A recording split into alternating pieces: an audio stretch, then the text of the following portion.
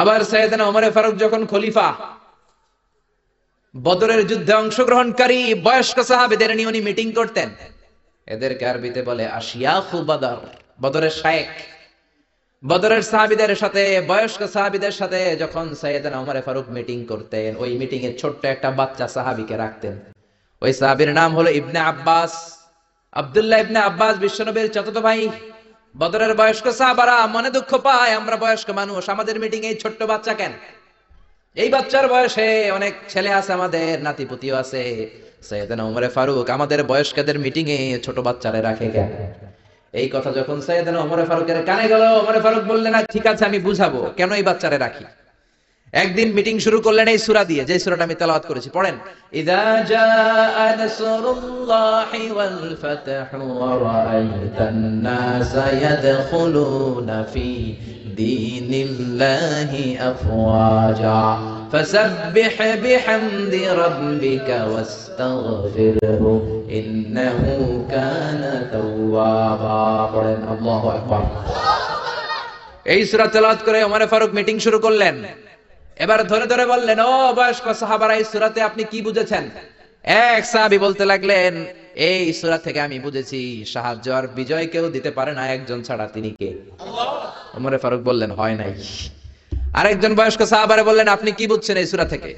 উনি বললেন, আমি বুঝছি আমাদের শহর বিজয় করতে হবে বেশি বেশি। ওমর ফারুক বললেন, হয় নাই। আরেক বয়স্ক সাহাবীকে বললেন, আপনি কি বুঝেছেন এই সূরা থেকে? উনি বললেন, বিজয় লাভ করার পরে আল্লাহর শুকরিয়া করতে হবে বেশি বেশি। ওমর ফারুক কয়, হয় নাই। সাইয়েদনা ওমর ফারুক বললেন, ও ছোট্ট ইবনে আব্বাস, এক চিপায় বসে আছে, সামনে আসো। মাযা ফাহিমতা মিন হাযিহি সূরা?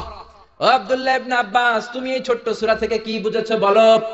ইবনে আব্বাস বলে, আমি বুঝেছি হুয়া আজালু রাসূলিল্লাহ। এই সূরাটা নাজিল হওয়ার প্রমাণ হলো বিশ্বনবী এই দুনিয়াতে বেশি দিন থাকবেন না, বিশ্বনবী পৃথিবী থেকে চলে যাবেন, এটার ইঙ্গিত এই সূরার মধ্যে আছে। ওমর ফারুক বললেন, আহসানতা ইয়া ইবনে আব্বাস, ইবনে আব্বাস তুমি সঠিক বলেছো। ও ইবনে আব্বাস, তুমি কারেক্ট আনসার করেছো। বদরের কোন বয়স্ক সাহাবারা কারেক্ট আনসার করতে পারে? সাইয়েদনা ওমর ফারুক বললেন, বুঝেছেন নাকি কেন আমি ছোট্ট বাচ্চাটারে আমাদের মিটিং এ রাখি? এই বাচ্চা যেন তেন বাচ্চা না, এই বাচ্চার জন্য স্বয়ং দোয়া করেছে বিশ্বনবী মুহাম্মদ সাল্লাল্লাহু। বিশ্বনবী দোয়া করতেন, আল্লাহুম্মা ফাক্কিহু ফিদ্দীন। ও আল্লাহ, আমার চাচাতো ভাই আব্দুল্লাহ ইবনে আব্বাসকে আপনি দ্বীনের জ্ঞান দেন, ওয়া আল্লিমহু তা'ওয়িল, কোরআনের তাফসীর আর তা'ওয়িল শিক্ষা দেন। বিশ্বনবীর দোয়ার বরকতে উনি গোটা বিশ্বের সব মুফাসসিরদের সম্রাট হয়েছে।